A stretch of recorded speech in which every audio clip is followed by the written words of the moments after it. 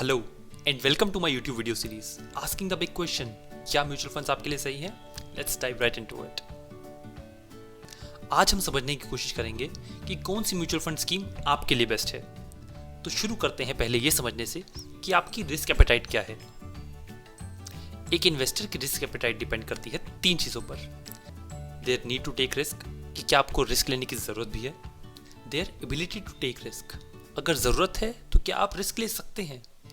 And third, their willingness to take risk, कि अगर need भी है और एबिलिटी भी, तो क्या आप रिस्क लेना भी चाहते हैं। Equity is suitable for those who seek growth and are willing to take risk.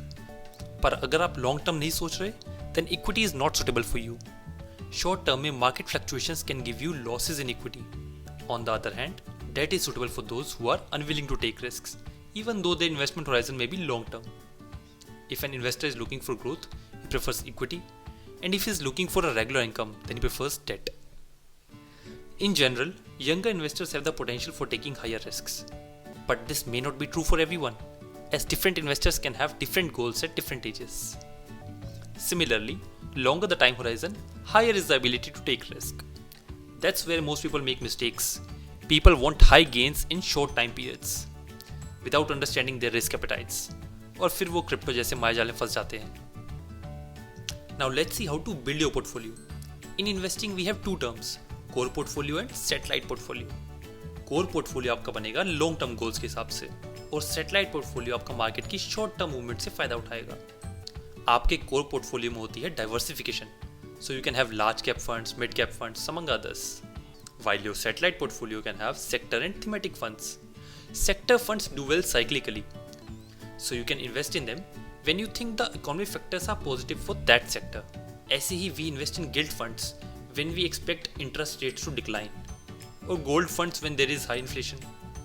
अब जो कंजर्वेटिव इन्वेस्टर्स हैं वो अपने पोर्टफोलियो में सेक्टरल फंड्स बहुत कम रखना चाहेंगे, वहीं मॉडरेट इन्वेस्टर्स में लाइक 80-20 स्प्लिट।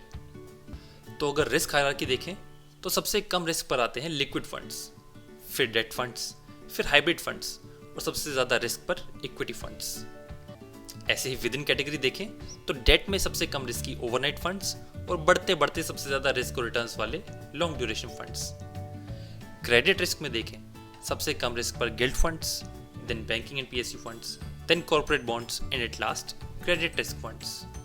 इक्विटी में लीस्ट रिस्की लार्ज कैप, फिर large and mid cap, then multi cap, then mid cap, and at last with the most risk and most rewards small cap funds.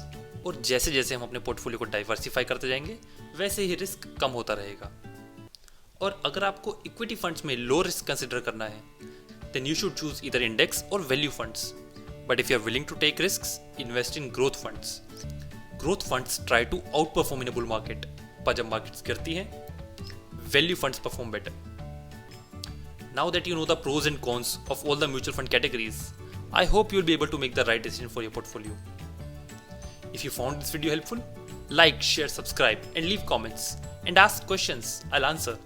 But make sure you consult a financial advisor before you invest.